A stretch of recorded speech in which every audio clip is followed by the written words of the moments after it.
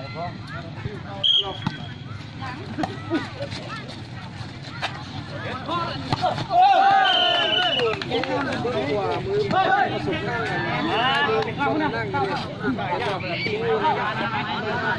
ูตะเพียนเลยชุดมือตะเพียนเลยให้เอาเทียบกับตะเพีย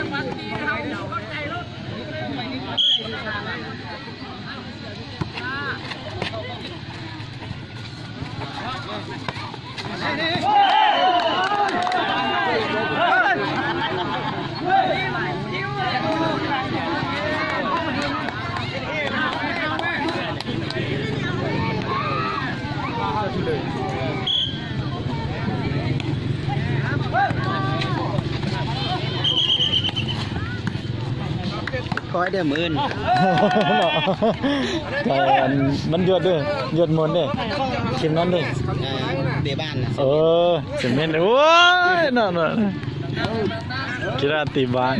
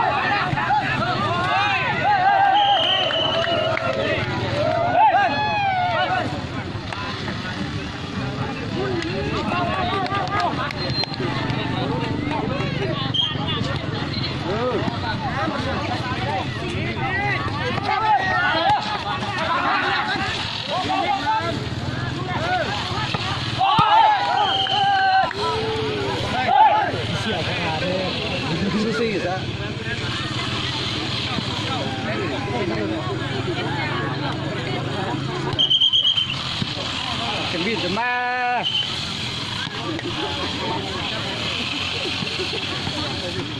เตะออน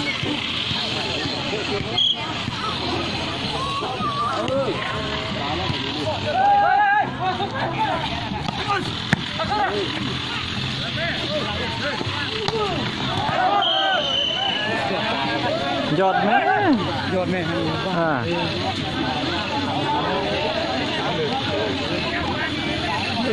เมื่อของมีโซน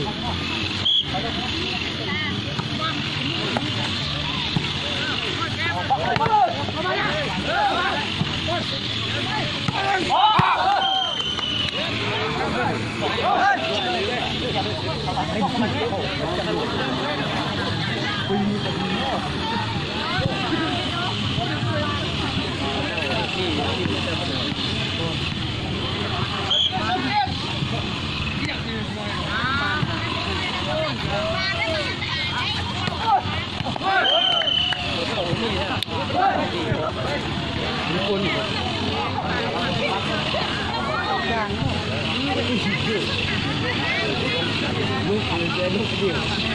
ลูกเดียวถึงหนัก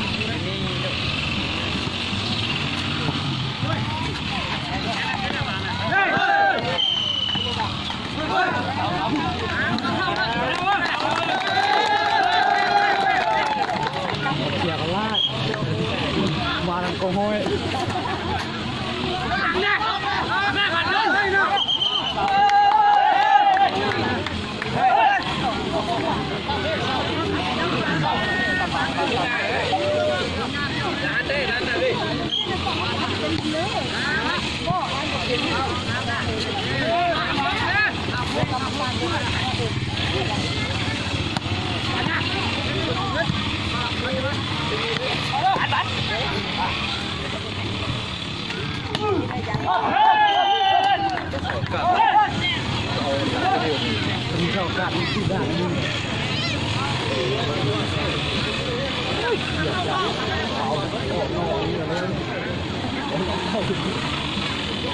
เอาเสานี่เลย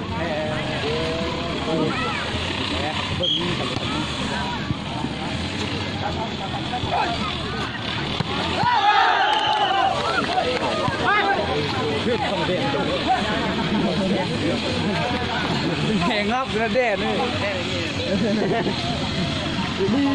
มีโบ้โหดแล้วเป็นทางเลย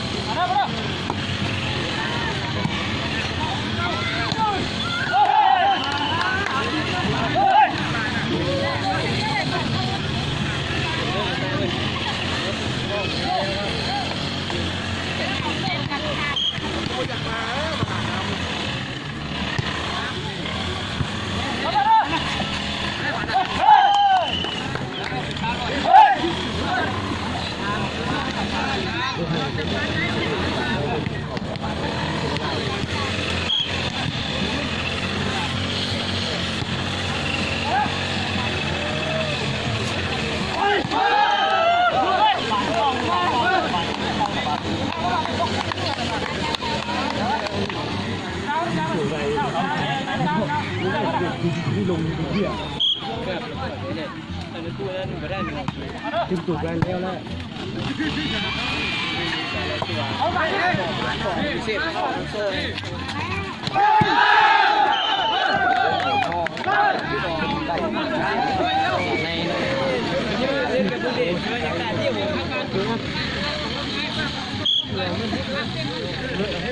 โอ้พอดีเติมน้ำมันเมื่อบ้านใส่ไปแค่ลูกเลย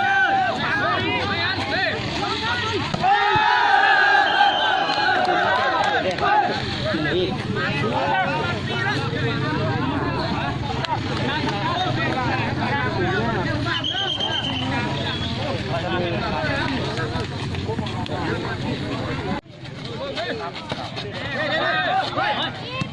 เปิดขึ้นนะเอาไว้ตีลงมาเที่ยวนี่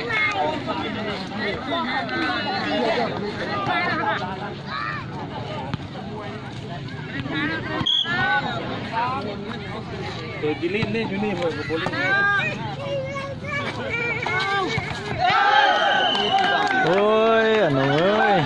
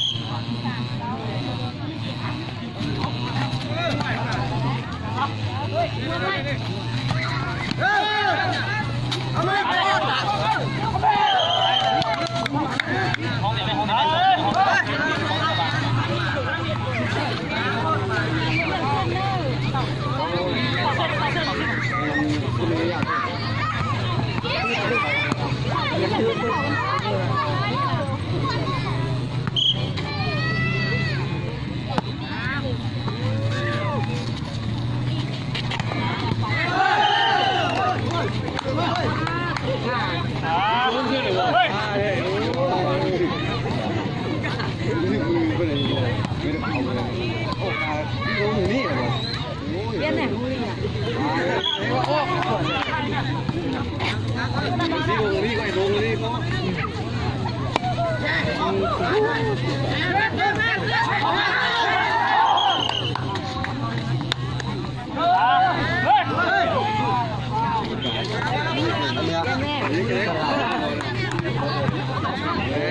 ป็นบ้านนี้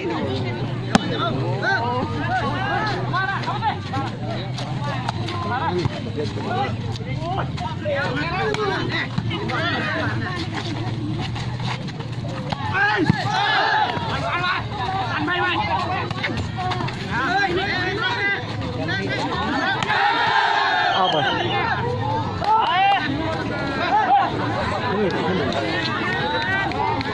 น้อยเข้าเต็มที่เลยน้อยยกเส้นเมียไหม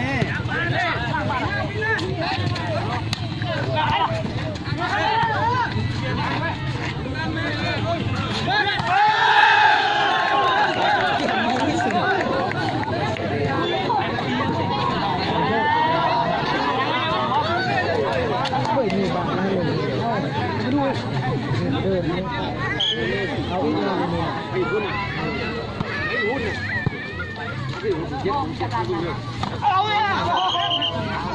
เฮ้ยเฮ้ย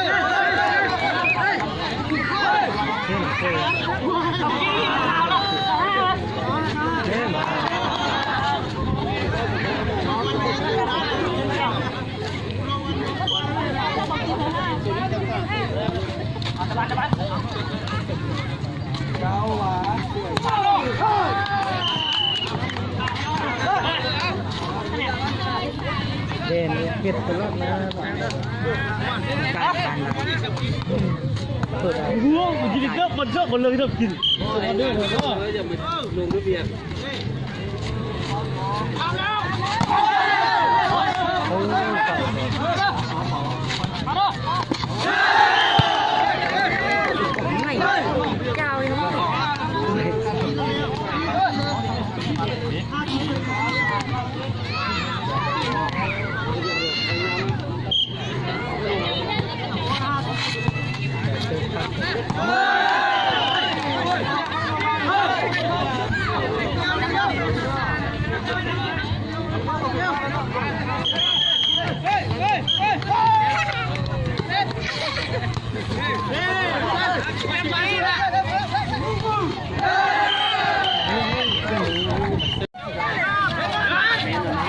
นี่มานะ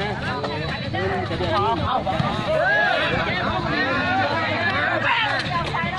เส้นทางนี้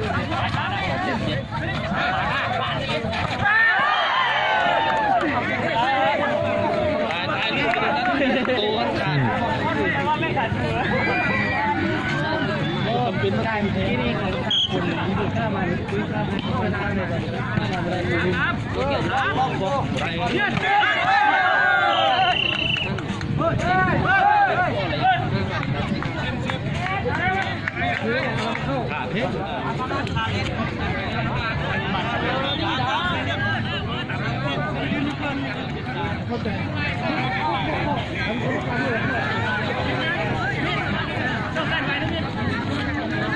มันก็หมดการทำไมลูก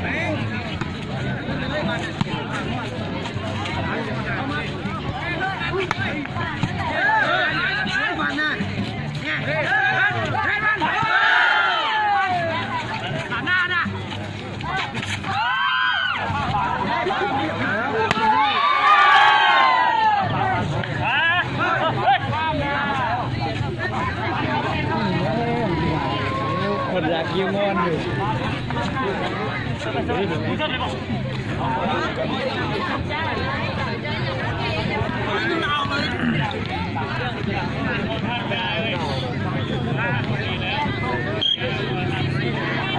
jadi ni apa kau sehat dah. Hãy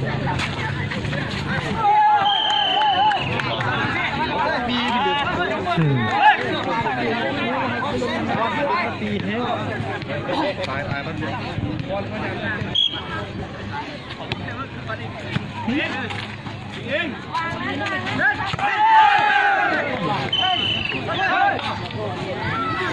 bỏ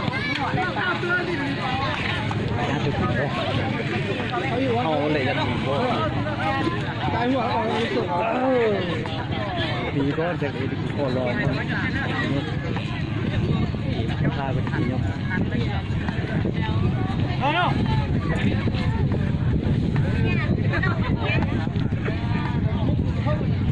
เฮ้ยยอดวันนี้นะเส้นมันโค้งๆทีเดียว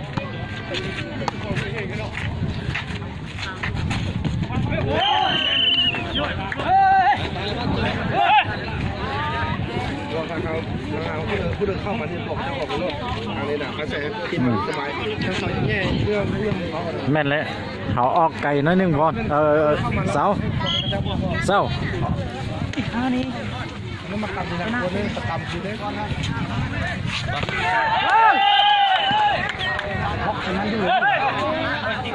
เดียวเนาะ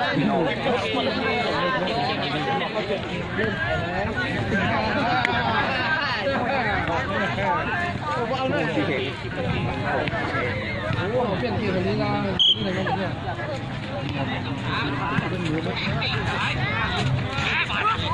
โอ้ยวันนี้เราอ่ะ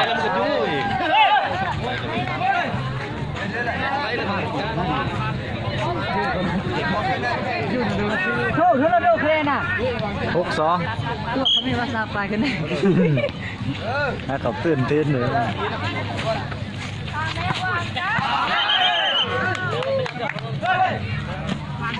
ตั้งเกมเลยตั้งเกมเลย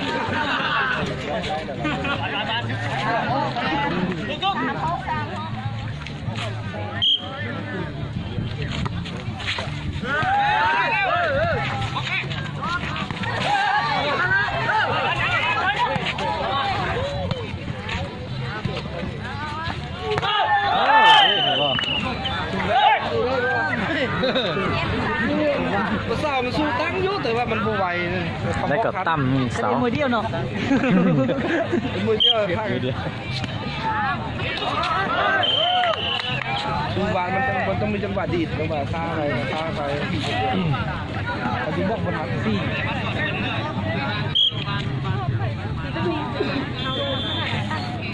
มาลืมกันรีบกีฬา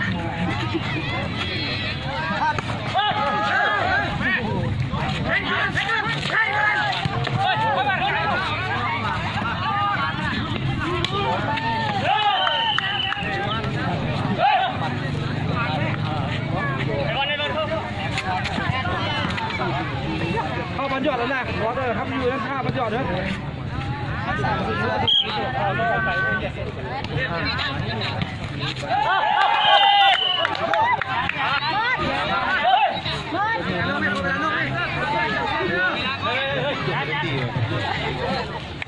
เป็นเลือดเดือดเขาบอกพัฒนาให้ดิ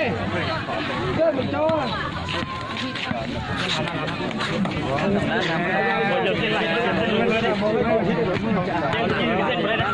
มาทำกันมากินน้ำไหลได้ด้วนไปได้ท้องมัน น้ำลายบนเหนียวไหม เอาไหลด้วนไปได้ในนักท้อง กันคุมแล้วนะ โดบึ้งนะ นี่ขาทางเข้าเจอเก้าสี่เก้าสี่บึ้งคมแล้ว วุ้ยจีน่าเก้าสี่ ไปย้ำไหม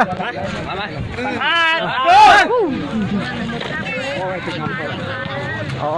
เสาจะได้เอาบานเอาจะได้ก่อนไล่ไม้ เอาไปใหญ่สัส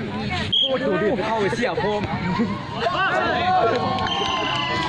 โน่เอ้ย ต้นบานแล้วบานตุ้งแห้งแล้วต้นบานตุ้งกว่านั้นลงเลยกับ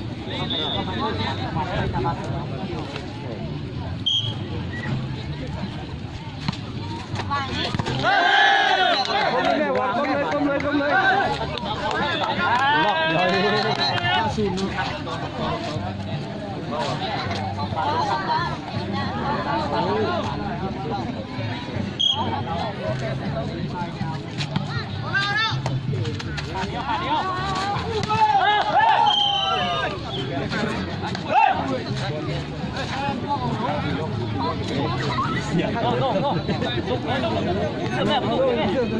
ถ่ายเสื้อเยี่ยม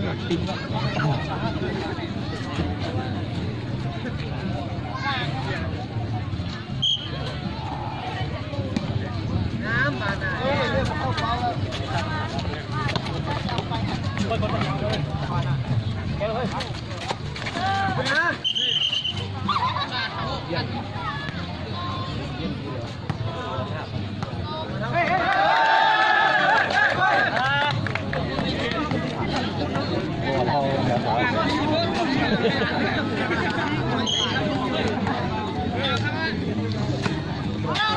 ้าเมืองนี่โบ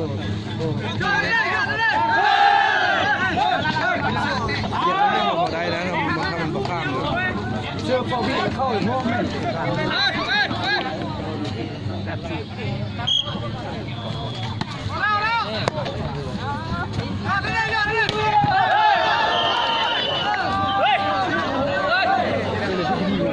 คนลูกหักเลยลูกเท่เลยเขี่ยวหนึ่งน้อยเลยนี่แหละดีกว่าเปิดตีสุดตาโฉบแล้วเกี่ยวข้าวเลย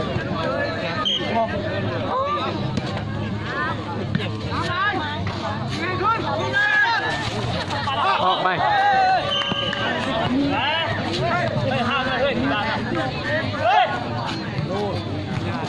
ห้ามไรนะทุกคน เข้ามาได้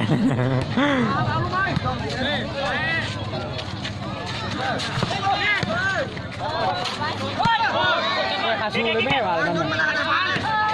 โอ้งามระบอกคะแนนน่ะ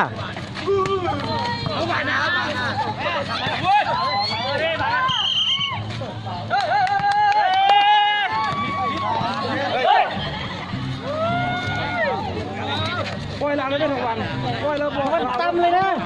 อาซูแลนด์หมดเลยนะ สักมือคนตัวเลยตั้มเลยนะ โอ้ยบอลเลยขึ้นมาเลยโต จอยนะตัวแบบนี้ผมเป็นนะคือในช่วงมันเกิดนี้ประมาณแบบนึงนี่ ลูกเสิร์ฟนี่เขาเสิร์ฟบกข้านเหมือนเขากินง่ายขนาด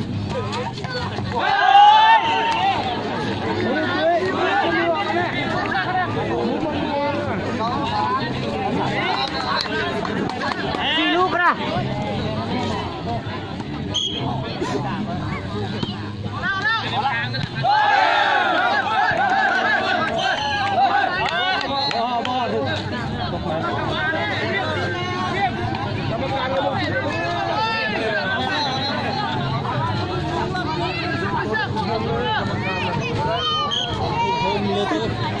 ตุ๊กซี่ออกกรรมการซี่เข้าอยู่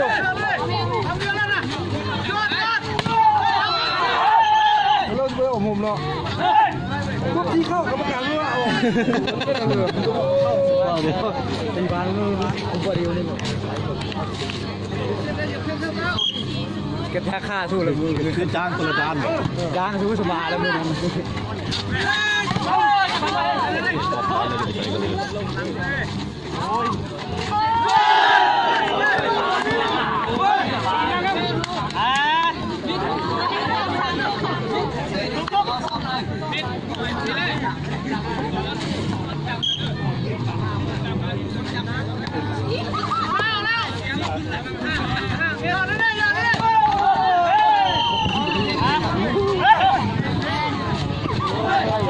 ตัวเดียวเนี่ยตัวทำเคลนตัวนู้น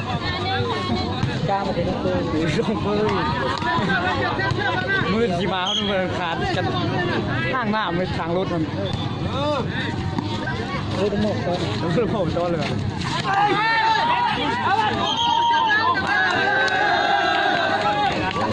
โน่เอ้ย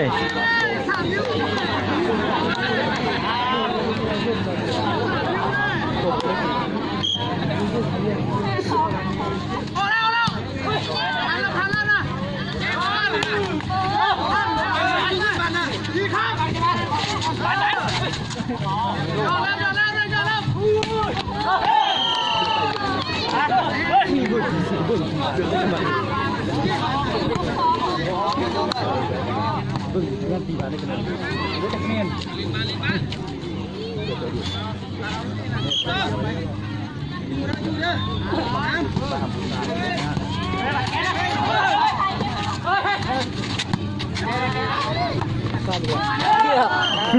หัวบ้าเลย อุ้ยตีเลยสองทียาดีกว่า ก็ต้องย่าตายเลยตีหัวลงนั่นแหละมันคือข้าวกูย่าเลย ดีกูกินเบียร์ใครเนี่ยบาน แล้วทีนี้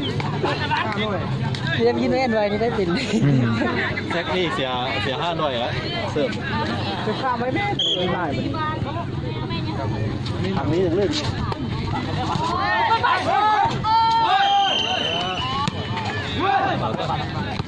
คนละโดดเคลนอ่ะ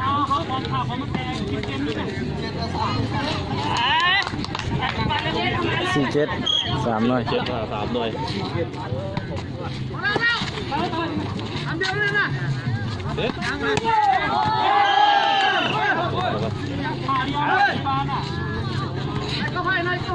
เดี๋ยวไม่ใช่โดดขึ้นสอนขาเนี่ย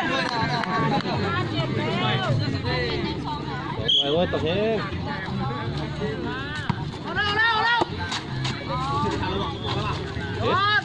นี่ เฮ้ย เราเริ่มถ่ายนี่ยังแถวแต่ไม่เจอจะเป็นมวยยัดนี่นะเจอกับมวยยัดไหมมวยยัดก็มวยยัดเนาะมันต้องเอาลงเลยผมตัดเด็ดเทคเอาพวกน้ำลอยลงเลยบนลงไปแล้วเอาตีบาสเตะส่งคนเข้าแล้วเสือบาดเสียหลายคนเฮ้ยของเอาสองไว้ออกสองไว้นี่นะมันจะข้ามมาเสือทั้งนั้นล่ะบอกเลย